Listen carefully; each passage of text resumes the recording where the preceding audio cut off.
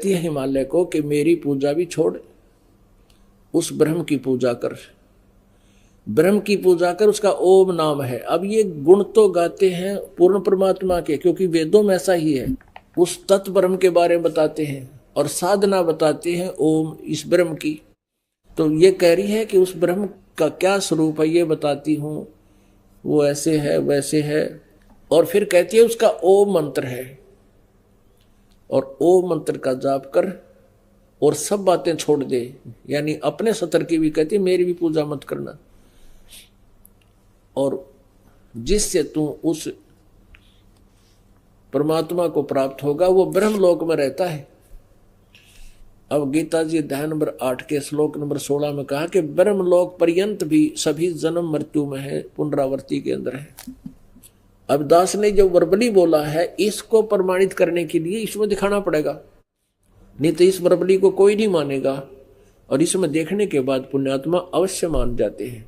अब देखिएगा ये 7वां स्कंद 562 पृष्ठ पे, और ये संक्षिप्त देवी भागवत।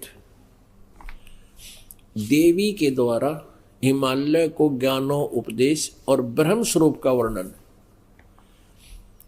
श्री देवी जी कहने लगी पर्वतराज, अब हम यहां से लेंगे, उस ब्रह्म का क्या स्वरूप है यह बतलाया जाता है, जो प्रकाश रूप सबके अत्यंत समीप में स्थित हृदय रूप गुहा में स्थित होने के कारण गुहाचर नाम से प्रसिद्ध है, महान पद अर्थात परम प्राप्य है। वह समस्त प्रजा के ज्ञान से परे है, किसी की बुद्धि में आने वाला नहीं है, यह तुम जानो। जो परम प्रकाश रूप है, जो सूक्ष्म से भी अत्यंत सूक्ष्म है, जिसमें संपूर्ण लोक और उन लोकों में निवास करने वाले प्राणी स्थित हैं, वही यह अक्षर ब्रह्म है। अब देखो दुर्गा को कितना ज्ञान है, ब्रह्म को अक्षर पुरुष बोल रही है, अक्षर पुरुष, पुरुष को चाहे ब्रह्म को, अक्षर ब्रह्म, और वही सबके प्राण है, वही सबकी वाणी है, और वही सबके मन है। वह परम सत्य और अमृत अविनाशी तत्व है। सौम्य, उस वेद ने योग लक्ष्य का तुम वेदन करो, मन लगाकर उसमें तन्मय हो जाओ। सौम्य, उपनिषद में कथित महान अस्त्र रूप धनुष लेकर उस पर उपासना द्वारा तीक्ष्ण किया हुआ बाण संधान करो, और फिर भावानुगत चित्त के द्वारा उस बाण को खींचकर उस अक्षर रूप ब्रह्म को ही लक्ष्य बनाकर वेदन करो, अक्षर रूप ब्रह्म को ही। और मंत्र बता रही है फिर, ओम धनुष है प्रणव, ओम धनुष है, जीवात्मा बाण है, ब्रह्म को उसका लक्ष्य कहा जाता है। यानी जीवात्मा, जीव जो है ओम का जाप करे, ब्रह्म प्राप्ति उद्देश्य हो, उस एकमात्र परमात्मा को ही जाने, दूसरी सब बातों को छोड़ दे, यानी कोई साधना नहीं करनी, मेरी भी नहीं करनी, सब छोड़ दे,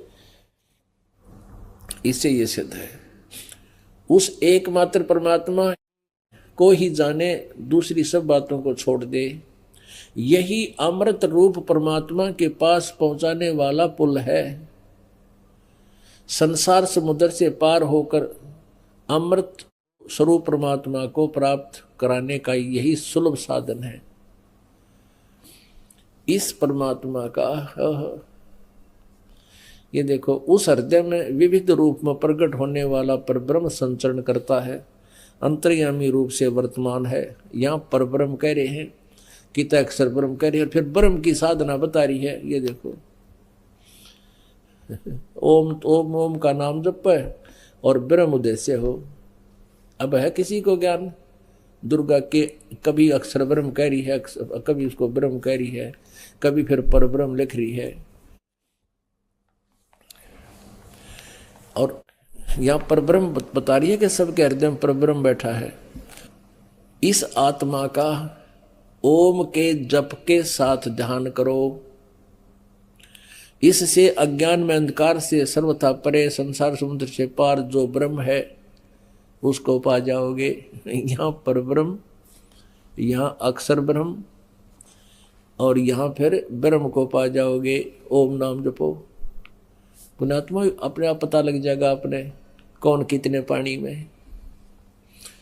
और क्या बताया फिर ये 563 पृष्ठ पे, वह सबका आत्मा ब्रह्म, ब्रह्म लोक रूप दिव्य आकाश में स्थित है।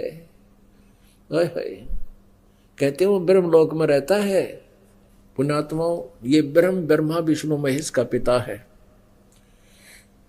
और यही काल है, काल रूपी ब्रह्म भी यही है। अब यहां थोड़ा सा कंसेप्ट और क्लियर करना पड़ेगा। ये शिव पुराण में दिखाते हैं कि ब्रह्मा विष्णु और ये शिव इस काल के पुत्र हैं। देखिएगा, शिव पुराण गीता प्रेस गोरखपुर से प्रकाशित है।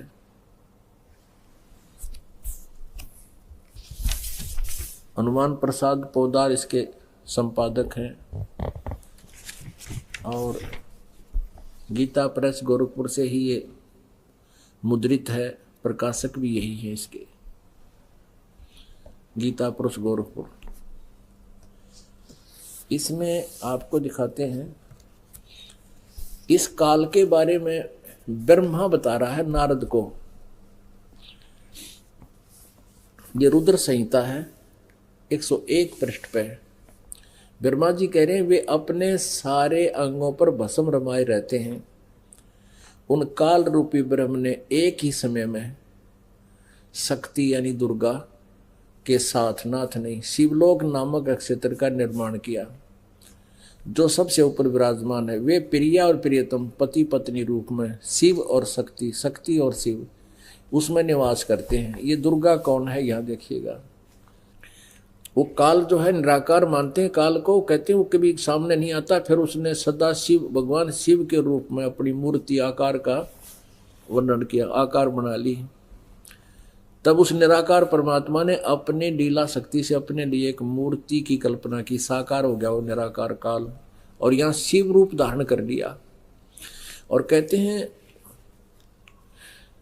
अपने विग्रह से स्वयं एक स्वरूप भूता शक्ति की सृष्टि की। अपने शरीर से कहता है एक औरत निकाली काल ने, ये ब्रह्म के पेट से परमात्मा निकाली थी, काल के पेट से दुर्गा। और वो निकली हुई औरत कौन है, उसको प्रकृति, सर्वेश्वरी, त्रिदेव जननी, तीनों देवताओं की माँ, नित्य और मूल कारण भी कहते हैं। सदाशिव द्वारा प्रकट की गई उस शक्ति की 8 भुजाएं हैं, यानी ये दुर्गा है और काल की पत्नी है। अब यहाँ वर्णन, ये तो 100 पर पढ़ा आपने, ये वही रुद्र संहिता। अब 101 पर आप पढ़ रहे हो। वे अपने सारे अंगों पर भस्म रमाए रहते हैं। उन काल रूपी ब्रह्म ने, काल कहो चाहे ब्रह्म कहो, सदाशिव कहो, एक वो काल शिव रूप बना लेता है। उन काल रूपी ब्रह्म ने एक ही समय शक्ति के साथ शिवलोक नामक क्षेत्र का निर्माण किया। उस उत्तम क्षेत्र को काशी कहते हैं। वे प्रिया और प्रियतम यानी पति पत्नी रूप में शक्ति और शिव, दुर्गा और काल जो प्रानंद स्वरूप हैं, उस मनोरम क्षेत्र में निवास करते हैं।